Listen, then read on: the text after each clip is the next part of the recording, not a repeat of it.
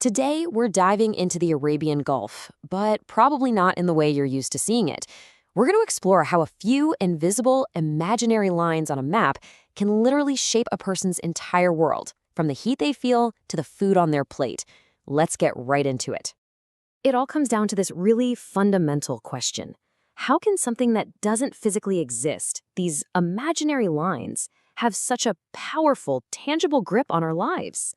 That's the puzzle we're going to piece together today. And we're going to follow a really clear path to get there. First, we'll figure out how to pinpoint a location.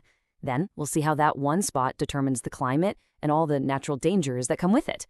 From there, we'll look at how humans have adapted, which leads to the final, absolutely crucial question: how do we sustain it all? Okay, first things first, pinpointing our planet. Before we can understand anything about a place, we've got to have a foolproof way to find it. You can think of it like a giant global address system for every single spot on Earth.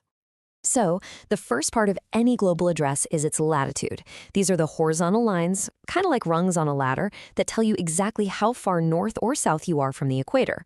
The equator is the starting point, that's 0 degrees. All right, let's build an address right in the heart of the Arabian Gulf.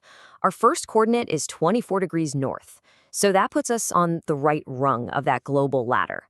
But we could be anywhere along that line, which stretches all the way around the world. We're definitely missing a key piece of the puzzle.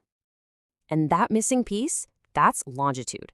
These are the vertical lines, running from the North Pole all the way down to the South Pole. They tell you how far east or west you are from the prime meridian, which is another one of those imaginary starting lines that runs through Greenwich in England.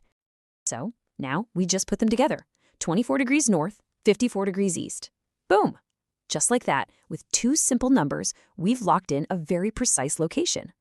But so what? Why on earth do these numbers actually matter? Well, this brings us to our second section, climate's invisible hand, because that address, and especially your latitude, is directly wired into the kind of world you experience every single day of your life. It really just comes down to this simple but incredibly powerful fact. At low latitudes, near the equator, the sun's rays hit the Earth head-on, kind of like a spotlight, super intense. But as you move toward the poles, that same sunlight hits at an angle, and its energy gets spread out. It's just way less powerful. And the results of the Gulf's low-latitude address? A desert climate. It gets baked by that direct, intense solar energy, which means really high temperatures. And if you're near the coast, the water throws in a ton of humidity, making it feel even tougher. So you see, those abstract numbers directly create a very real, very hot environment. And that very unique climate gives rise to some of nature's fiercest tests. We're not just talking about it being hot. We're talking about specific, recurring weather hazards that completely shape life in the region. I mean, the list is pretty formidable. You've got extreme heat, massive sand and dust storms, long periods of drought, and then, in a strange twist, sudden flash floods. The region even has to deal with the occasional tropical storm. Let's just take one of the most iconic ones, sand and dust storms. They're often whipped up by a powerful wind called the shamal, and these storms can just swallow the horizon, reducing visibility to almost zero. They shut down airports, make driving incredibly dangerous, and can cause real respiratory problems. It's a direct consequence of the desert geography. And this brings us to one of the region's great paradoxes. On one hand, you have drought, these long, punishing periods with almost no rain at all. But on the other hand, you can get a sudden, violent downpour that the dry, baked ground just can't absorb, and that leads to destructive flash floods. It's this constant battle with either way too little water or way too much all at once. Okay, so given this incredibly challenging environment, how have people adapted? I mean, where do they even choose to live? This is what we call the human footprint. This chart tells a really dramatic story. The population in the Arabian Gulf is overwhelmingly urban. People have clustered together in cities, mostly along the coast, where resources and infrastructure can be managed a lot more effectively. It makes much more sense than being spread out across the harsh desert. This intense urbanization is a direct answer to the challenges of the geography. And this leads us to this really important concept of population density. It sounds technical, but it's just a measurement of how many people are packed into a specific area, like a square kilometer. But for governments, it's absolutely crucial. Knowing this helps them plan for everything, from how many schools and hospitals they need, to where to build roads and subways.